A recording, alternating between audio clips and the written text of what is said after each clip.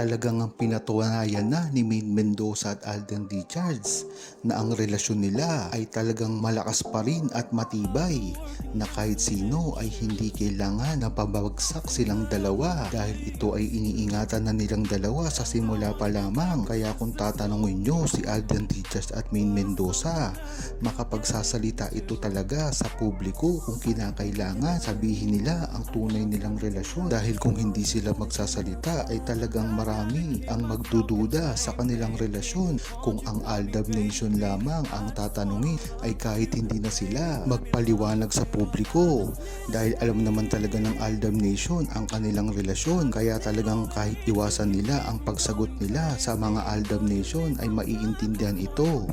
Ngunit ang masama dito ay ang mga publiko na pilit nagtitwist sa mga pangyayari na ginagawa ni Maine Mendoza at Alden Richards.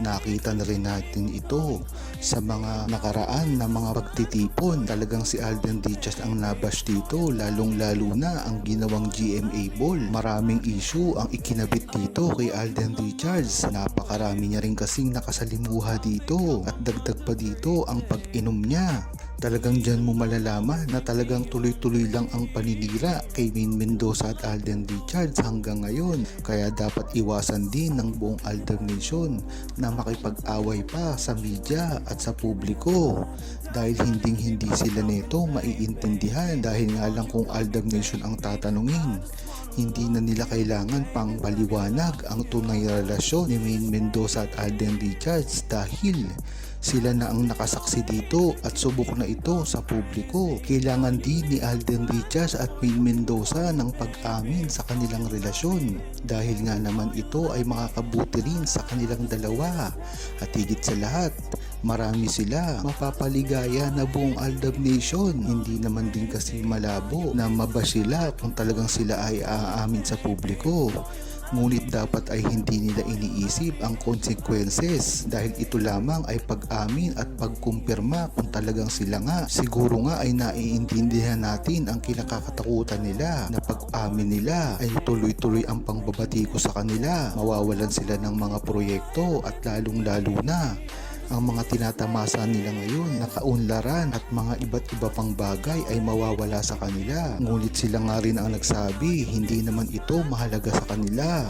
Ang mahalaga dito ay masaya sila sa kanilang mga pamilya, at lalong-lalo na hindi sila naghahabol ng kayamanan, ngunit ginagawa lamang nila ang nakikita nilang totoo. Yan ay ang mga pagtulong. Hindi naman nila kailangan itong gawin, ngunit talagang ginagawa nila ito para sa publiko. Nang sa gayon ay ang respeto ng mamamayan ay talagang makakuha nila. Dapat din kasi na umamin sila, nang sa gayon ay matigil na ang pambubuyo ng publiko sa kanila. Marami na rin kasi ang nirereto sa kanilang dalawa, lalong-lalo na ngayon kay Alden Richards, na talaga namang makikita mo at mararamdaman mo na ginagawa nila ito para lamang maagaw si Alden Richards kay Maine Mendoza. Mabuti na rin na hindi pinapatulan ni Alden Richards ang mga babaeng ito, dahil talagang alam naman natin na kung kilala mo si Alden Richards ay talagang napaka-accommodating niya sa mga babae, napakamagalang, sincere na sincere talaga siya sa mga pagtulong. Ngunit hanggang doon na lamang yun. Ang totoo niyang mahal ay si Maine Mendoza, at ang hindi ang mga babae na nakapaligid sa kanya, na alam naman natin sa bandang huli ay wala namang kaugnayan at hindi niya lang ito papansinin. Tuloy-tuloy nga ang paninira ng mga bashers kay Maine Mendoza at Alden Richards, lalong-lalo na ngayon na talagang ang mga nakakamit ni Alden Richards at Maine Mendoza ay hindi basta-basta nagagawa ng isang artista, lalong-lalo na ang mga baguhan na gustong mag-shortcut sa kanilang mga karir. Ito ay ang mga taong naiinggit kay Maine Mendoza at Alden Richards. Kung matatandaan nyo kasi ay ang pagsisimula ni Alden Richards ay hindi naman siya ganun kasikat. Sumikat lang siya ng gusto dahil sa Aldab, at ang matindi pa dito ang kay Maine Mendoza. Si Maine Mendoza ay nagsimula nga lamang sa musically at pagpapangit, pagda-dub smash. Ngunit isang araw na lamang ay gumising ito na pinakasikat at pinakarespetadong artista sa industriya. Kaya talaga namang ang paninira kay Maine Mendoza ay tuloy-tuloy lamang dahil ito sa inggit na nararamdaman nila at gusto nila ito na mangyari sa kanilang buhay. Kaya ganun na lang ang pang-aagaw nila kay Alden Richards kay Maine Mendoza. Nang sa gayon, sila naman ang makatikim ng kasikatan at kayamanan. Talagang hindi nila ito kaya dahil si Maine Mendoza ay hindi lamang nagising na isang sikat. Si Maine Mendoza ay talagang napakaganda at napakatalentado, kaya kahit anong gawin nila ay hindi mangyayari yan sa kanila kung hindi kay Maine Mendoza lamang at Alden Richards. Napakagandang balita nito para sa Aldab Nation na tila naging masayang muli si Alden Richards sa pagbabalik niya. Nito kasing mga nakarang araw ay maraming nagsabi at usap-usapan sa social media na tila nag-date daw si Alden Richards at Maine Mendoza. Ngunit bakit hindi ito nailathala ng mga media?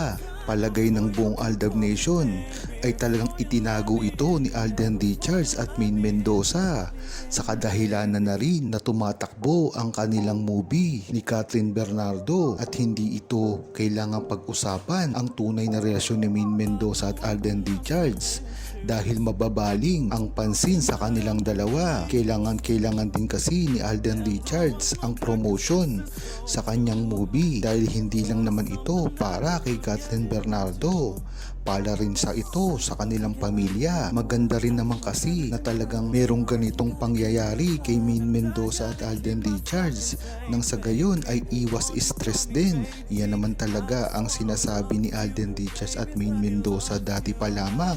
Kung matatandaan nyo ay hindi sila nagpapa-stress sa mga bali-balita na mga lumalabas na paninira sa kanilang dalawa dahil ito ay madali namang iwasan kung hindi magbabasa sa social media. Noon pa man talaga ay hindi na itinatago ni Alden Richards at Maine Mendoza ang kanilang tunay na relasyon. Ito ay nanggaling na mismo sa bibig ni Alden Richards. At kung matatandaan nyo na laging bukang bibig ni Alden Richards na kung ano ang nakikita nyo sa amin ni Maine Mendoza, kasama dito ang mga post sa social media, ang mga kinikilos nila, ayun talaga ang tunay na relasyon nila. At ang ito ay ang isa sa mga mensahe ni Alden Richards tungkol kay Maine Mendoza. Ang sabi niya dito, minsan sa buhay parang gusto ko na lang maging chopstick ni Miss Maine Mendoza. My girlfriend never fails to be cute. Yan nga ang takasang sinabi ni Alden Richards patungkol kay Maine Mendoza na tila kasi simula pa lang nila na maging magkasintahan. Ito rin naman ang napansin ng buong Aldab Nation tungkol sa relasyon nila dati at kumpara ngayon. Wow, more than 2 millions ang like talaga, almost a million ang nag-retweet, 10,000 ang mga comments. Wala pang mga kontrabida niyan at bashers that time. Ganyan sila ginusto ng mga tao. Totoo naman kasi talaga na dati ay napaka-open pa nila sa kanilang relasyon dahil kahit anuman ang sabihin nila ay walang kumukontra dito at walang sarswela na nagaganap. Kaya napapansin ng Aldab Nation na ngayon ay tikom ang bibig nila dahil kada buka ng bibig nila ay maraming bashers ang tumutuligisa sa kanila at pilit sinisira ang kanilang tunay na relasyon. Huwag kalimutang mag-subscribe, comment at i-like ang video na ito. Thanks for watching! You need some time before you can call me baby.